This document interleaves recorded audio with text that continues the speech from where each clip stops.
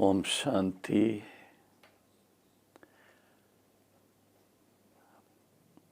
पारलौकिक परमपिता परमात्मा शिव की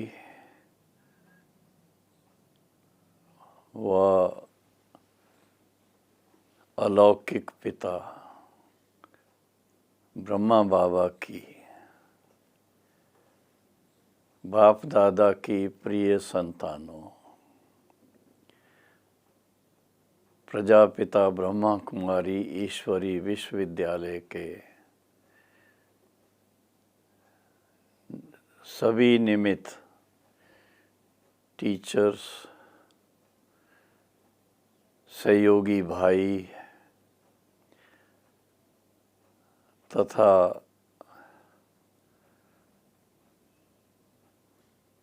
भिन्न भिन्न स्थानों पर भारत के कोने कोने में, विश्व के कोने कोने में कमल पुष्प समान जीवन व्यतीत करने वाले, गृहस्थ व्यवहार में रहते, अपनी जीवन को भी श्रेष्ठ बनाने के संकल्प से अपनी दिनचर्या का ध्यान रखते और साथ साथ अपने मिसाल से, अपने संकल्प से, अपने नज़र से, अपने वाणी से अनेक आत्माओं की सेवा करने के निमित्त मेरे सभी प्यारे प्यारे भाई और बहनों, पहले बहनें कहेंगे, फिर भाई कहेंगे, या भाई पहले कहेंगे, बहनें पहले कहेंगे, एक ही बात है। आप सभी को आने वाले इस त्यौहार पर, क्रिसमस का त्यौहार जो है, उसकी बहुत बहुत मुबारक हो, शुभकामनाएं हो, मिलें आपको। हाँ, कहा जाता merry Christmas and happy new year, merry Christmas and happy new year. तो ये क्या है, एक दो को शुभकामनाएं देते हैं और शुभकामनाओं के फलस्वरूप क्या होता है, खासकर भारत में देखा गया है, हमारे चाहे किसी भी बैकग्राउंड के भाई बहनें हों, चाहे क्रिश्चियनिटी के हों, चाहे बुद्धिज़्म के हों, चाहे इस्लाम के हों, चाहे आज हिंदू धर्म जिसको कहते हैं आदि सनातन देवी देवता धर्म की आत्माएं हों, चाहे सिख धर्म की आत्माएं हों, तो एक दो के लिए शुभ कामना, शुभ भावना रखने की बात आती है। और कई तो बहुत सारे भाई बहनें जो बहुत भक्ति भाव वाले होते हैं, तो वो अपने अपने तरीके से बोलेंगे आशीष देना, दया करना, नजरे इनायत रखना, ऐसी ऐसी बातें सुनते हैं आप। और बच्चों के लिए खास कहते हैं, बच्चों को आशीर्वाद देना।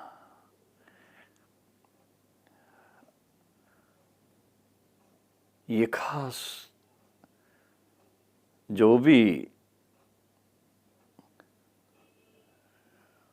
शुभ चिंतक आत्माएं होंगी,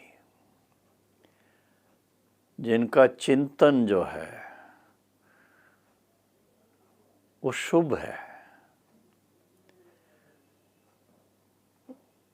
उनके चित्त में किसी के लिए भी दुर्भावना नहीं होगी।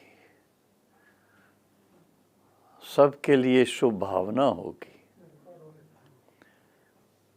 और उस शुभ भावना के कारण हर एक के प्रति उनकी नज़र जो है, नज़र और नज़रिया दोनों बहुत ही श्रेष्ठ होता है।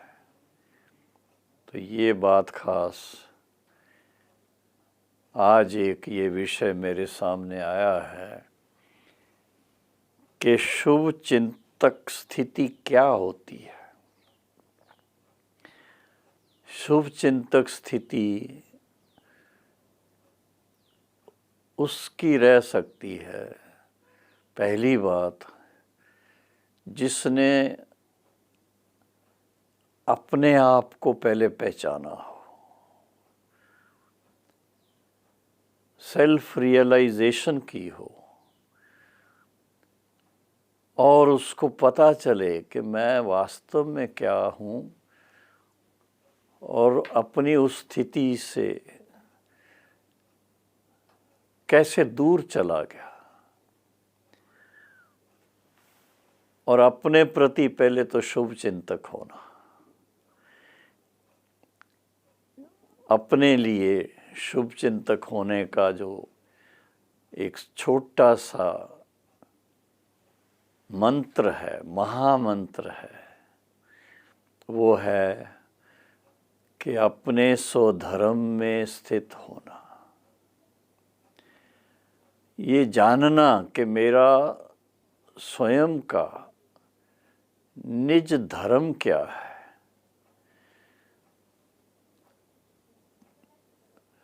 चाहे आप गुरबाणी के आधार से सुने, चाहे आप गीता के अध्ययन के फलस्वरूप सुने, चाहे आप कुरान शरीफ के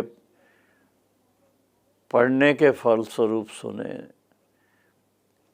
जिस तरह से भी सुने, लेकिन आप जानते हैं कि ये एक शुभ भावना की बात जो मन में आती है, वो आती ही तब है जब पहले हम स्वयं को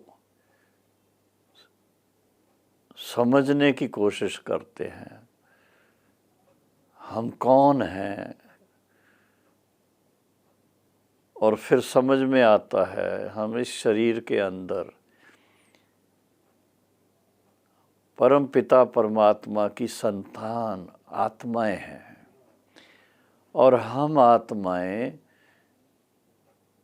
अपने दिल में ये शुभ चिंतन करते हैं कि हम अपने ओरिजिनल स्वरूप में शुद्ध आत्मा है। जो ज्ञान का सबसे पहला लेसन कहो, सबसे पहला पाठ यही है कि स्वयं को अपने सत्य स्वरूप में जानो, स्वयं को अपने सत्य स्वधर्म में स्थित करो। ऐसे शुभ इच्छा रखना, ये है बड़े भाग्य की निशानी। हम जब अपने आप को थोड़ा सा ज्ञानवान बनाने के लिए, ज्ञान मार्ग पर चलने के लिए उमंग रखते हैं, और उसके लिए हमें योग्य शिक्षा मिल जाती है, ऐसा कोई शिक्षा देने वाला या देने वाली भाई या बहन मिल जाते हैं, तो जो हमें ये स्मृति दिलाते हैं कि श्रीमद् भगवत गीता के अनुसार विशेष रूप से याद दिलाते हैं कि स्वधर्म सुख देता है। इस संसार में हम जो भी कर्म करते हैं, लौकिक कर्म, अलौकिक कर्म, सब कर्मों में एक ही लक्ष्य रहता है, हम सुखी कैसे बने, हमें मन की शांति कैसे मिले, जीवन में सच्चा प्रेम कैसे मिले। तो उसके लिए ये विशेष महामंत्र जो कि सो धर्म सुख देता है, सो धर्म में टिकेंगे। आत्मा का जो स्वधर्म है, सबसे पहले तो आत्मा लाइट स्वरूप है। आत्मा का स्वधर्म शांत स्वरूप है। आत्मा का स्वधर्म प्रेम स्वरूप है। आत्मा का स्वधर्म ज्ञान स्वरूप है। आत्मा का स्वधर्म शक्ति स्वरूप है। आत्मा का स्वधर्म आनंद स्वरूप है। किस आधार से कह रहे हैं? जैसे एक बच्चा जन्म लेता है, तो जन्म जब लेते हैं तो बच्चे को माँ के गर्भ में ही कुछ तो संस्कार वहीं मिलते हैं, और जन्म लेने के बाद अपने लौकिक पिता से भी संस्कार मिलते हैं, फिर उनके शिक्षक से भी संस्कार मिलते हैं, फिर जो गुरु बनते हैं, गुरु करते हैं, उनसे भी संस्कार मिलते हैं। जीवन की सार्वभौमिक उन्नति के लिए, जीवन में सर्वदा सुख शांति पाने के लिए ये विशेष बात है कि एक तो पारलौकिक परमपिता परमात्मा की हमारे ऊपर कृपा होनी चाहिए। दूसरा, हमारे लौकिक माता पिता और शिक्षक और गुरु, उनकी भी बहुत बहुत बहुत बहुत प्यार की नज़र चाहिए, और उसके साथ उनकी भी शुभ चिंतक भावना हमारे प्रति हो, तो हम अपने जीवन में सफल हो सकते हैं। जीवन में सफल होने का भाव यही है जिसको कहा जाता है जीवन जीने की कला है। जीवन जिंदगी में अगर आप जीते नहीं तो फिर क्या होगा? तो जीवन जीने की कला का आधार क्या? जीवन जीने की कला का आधार है पहले स्वयं के प्रति शुभ भावना रखना, शुभ चिंतक बनना। शुभ चिंतक बनने से अच्छे अच्छे विचार अपने मन में, चिंतन में होंगे, और जैसे विचार होंगे वैसी पर्सनैलिटी बनती जाएगी। और जैसे जैसे विचारों के अनुसार, तो जो मैंने पहले बताया कि सो धर्म सुख देता है। किस आधार से सुख देता है? तो सो धर्म में सभी रूहानियत के गुण होते हैं जो पहले बताया गया। शांति का गुण, प्रेम का गुण, शक्ति का गुण, ज्ञान का गुण, प्रेम का गुण, और सर्व शक्तियों का अपने अंदर उपार्जन हो, तो कहेंगे कि आप अपने लिए पहले शुभ चिंतक हैं। और इसके बाद फिर आती है बात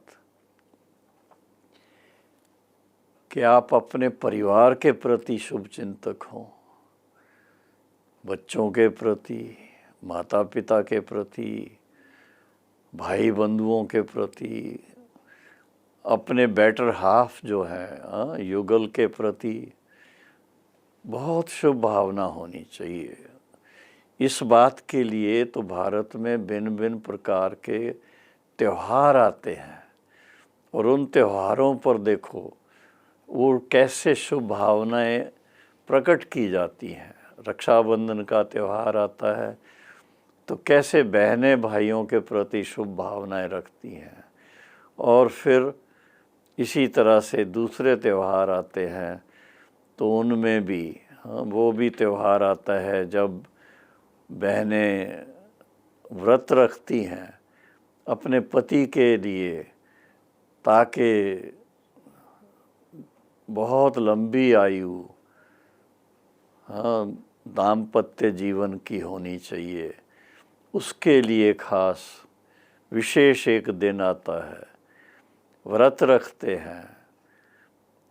इसी तरह से समाज के लिए भी शुभ चिंतक बनते हैं। समाज के लिए शुभ चिंतक बनने के तो कई तरीके हैं। आज अब मैं जब आध्यात्मिक शिक्षा से प्रभावित हुआ हूँ और जानता हूँ कि मनुष्य जीवन में अगर सच्ची शांति चाहिए, सच्चा सुख चाहिए, सच्चा प्रेम चाहिए, तो वो आध्यात्मिक ज्ञान के आधार से ही हो सकता है।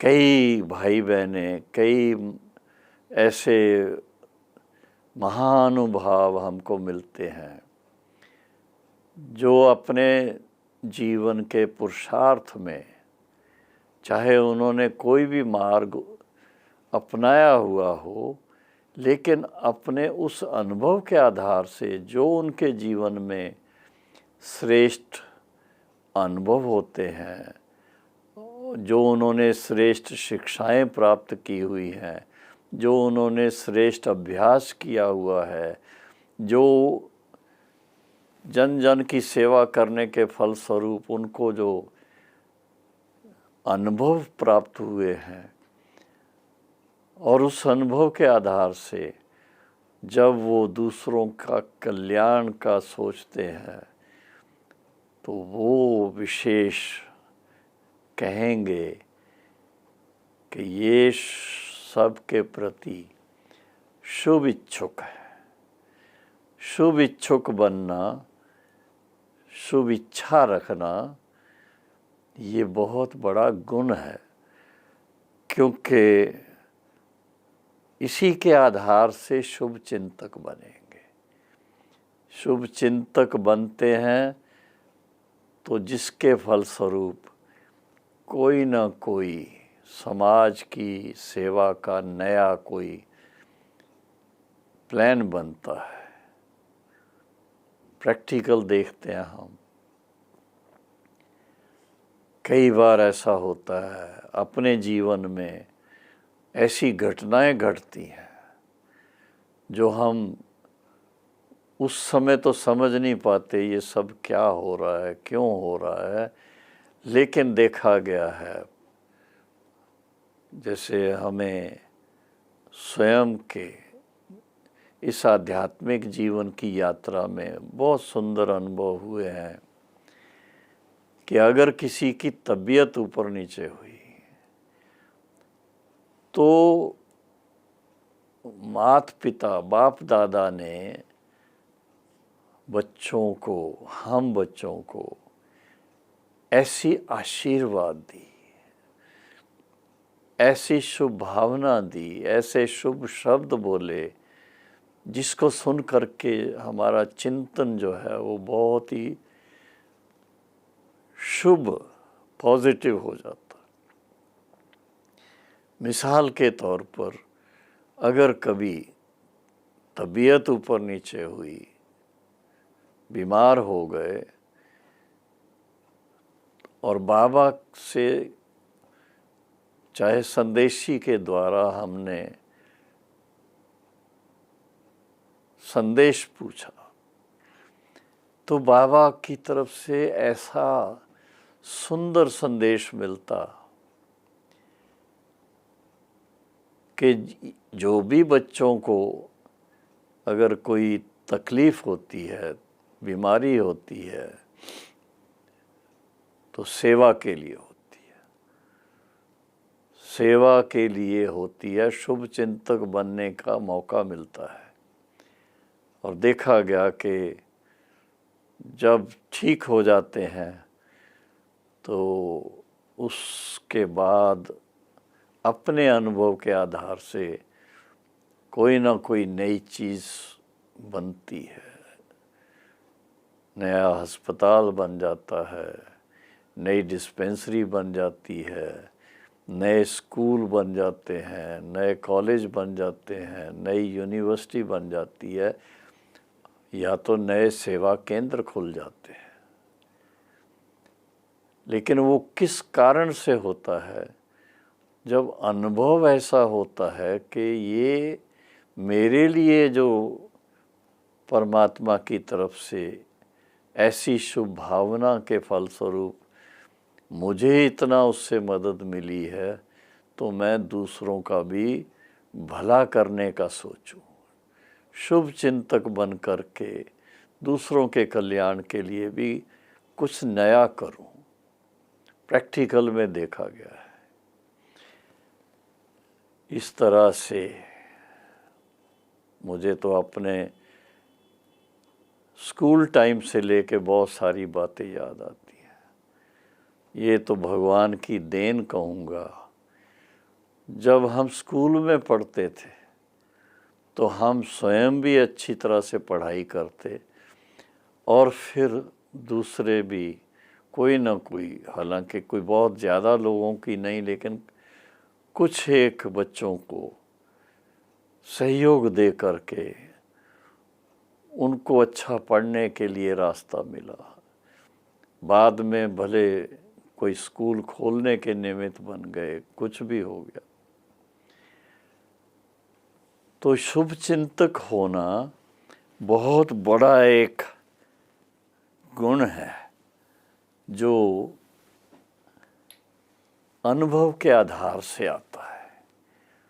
जब हम अनुभवी बनते जाते हैं तो यही एक ही भावना रहती है, हर एक सुखी हो, हर एक के जीवन में सच्ची शांति हो, हर एक के जीवन में ज्ञान की जागृति हो, हर एक के जीवन में श्रेष्ठता आ जाए, श्रेष्ठ सोच हो जाए, श्रेष्ठ संकल्प चलें, शुभ भावना की बातें आएं।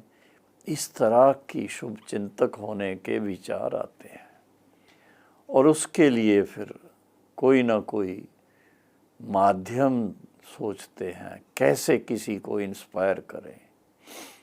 जब तक किसी को इंस्पिरेशन नहीं होती तो कुछ प्रैक्टिकली उनको अभ्यास करने का लक्ष्य नहीं होता। तो देखा गया है, जो जन जन की सेवा करने के लिए हमें बाप दादा की तरफ से इशारा मिलता है। हर एक मुरली के अंदर आप देखेंगे, आजकल जो वाणी चलती है, मुरली चलती है, उसमें सेवा करने के नए नए तरीके बाबा कह रहा है। और बाबा जब कहता है तो कुछ नयापन आता भी है। आज बाबा ने सीढ़ी को भी याद किया, सीढ़ी के चित्र को। वो मुझे याद आता है कि अगर ये सीढ़ी का चित्र भारतवासी देखेंगे तो उनको बड़ा सहज लगेगा। समझना कि 84 का जन्मों का जो हिसाब है वो कैसे है। सतयुग में 8 जन्म, त्रेता में 12 जन्म, द्वापुर में 21 जन्म, कलयुग में आकर के 42 जन्म, सब मिला कर के एक संगम युग का जन्म, 84 जन्मों की सीढ़ी। और उसमें कैसे फिर सीढ़ी उतरते उतरते उतरते फिर वापस शिव बाबा के साथ जब मन लगता है तो जैसे लिफ्ट में बैठ कर के अपने ओरिजिनल स्वरूप तक पहुंच जाते हैं। तो ये शुभ भावना रखना सबके प्रति कि हर एक बहन, हर एक भाई अपने निज स्वरूप में स्थित हो जाए, जो उनका आदि अनादि स्वरूप है, जो सर्वश्रेष्ठ स्वरूप है, पावन स्वरूप है, पवित्र स्वरूप है, गुणवान स्वरूप है, उसमें उनको ले जाना। तो ऐसा शुभ चिंतन जिसका होगा वो कितना महान भाग्यशाली खुद होगा, और जिनके लिए वो शुभ चिंतन रखते हैं उनका भी भाग्य बहुत ऊंचा बन जाता है। समय ऐसा है दुनिया के अंदर, आप देखेंगे, न्यूज़पेपर देखो, टेलीविज़न देखो, कोई भी देखो, उसमें आपको कुछ ऐसी बातें देखने को मिलती हैं जो आपको अच्छी नहीं लगेगी। मन विचलित हो जाएगा, मन दुखी हो जाएगा, और फिर आपके मन में आएगा कि ये जितने भी इस तरह से आपस में मतभेद हैं, इतनी बुराइयां हैं, इतना ये जो दुख रोग है, और इतना जो सामाजिक समस्याएं हैं, इन सब के लिए हमें क्या करना चाहिए। और तब जा कर के एक व्यक्ति शुभ चिंतक हो कर के अपना कार्य शुरू करता है, और उस कार्य में उनको, मैं कहूँगा कि कोई भी नेक कर्म करना चाहता है तो भगवान उनको स्वयं मदद करता है। प्रैक्टिकल में देखा, और भगवान की मदद से आप तो सोच सकते हो। गीत है एक, जिसका साथी है भगवान उसको क्या रोकेंगे आंधी और तूफान। शुभ कार्य करने के लिए शुभ इच्छुक होना, और यूं कहें कि शुभ चिंतक बनना, उसके लिए भगवान की मदद मिलती है। उसको आंधी तूफान आएंगे ज़रूर, पर वो रोक नहीं सकते। उसकी विजय उसमें निहित है, डेफिनेटली। तो बाबा के सभी महान लाडले ज्ञान रतन पाने वाले शिव बाबा के बच्चे, ब्रह्मा बाबा के बच्चे, बाप दादा के बच्चे, सभी बहनों और भाइयों को विशेष आज यही कहेंगे कि देखो, इतना अच्छा त्यौहार आ रहा है, क्रिसमस का त्यौहार। क्रिसमस का त्यौहार जब आता है तो आप देखेंगे एक लहर होती है, सबके दिल में शुभ चिंतन होता है, सबके दिल में शुभ भावना होती है। एक दो के लिए क्या कहते हैं, विश यू मैरी क्रिसमस, और फिर साथ में कहते हैं wish you very very happy new year. तो ये है शुभ चिंतक बनना, शुभ भावना रखना, और शुभ चिंतक बन कर के हम लौकिक परिवार वालों के लिए भी बहुत बहुत सेवा का एक कहें निमित्त बनने का आधार बन जाते हैं। और इसी तरह से समाज की सेवा, बच्चों की सेवा, महिलाओं की सेवा, सबके प्रति शुभ भावना, शुभ इच्छा और शुभ चिंतन होना, अगर ये हो सकता है तो मैं समझता हूँ ये संसार जो आज कलयुग का संसार कहलाता है, ये परिवर्तन हो करके सतयुग का संसार सहज रीति से बन जाएगा। तो ऐसे कलयुग को सतयुग में परिवर्तन करने के लिए, जन जन की सेवा करने के लिए शुभ चिंतक बने और शुभ भावना रखें और शुभ प्रकंपन फैलाएं चारों तरफ। उसके लिए शिव बाबा के साथ ब्रह्मा बाबा की आज्ञा के अनुसार हम अपने जीवन को एक मिसाल बना करके सच्चे सेवाधारी बन करके बड़ी शुभ कामनाओं शुभ भावनाओं से सभी के कल्याण की भावना रखें।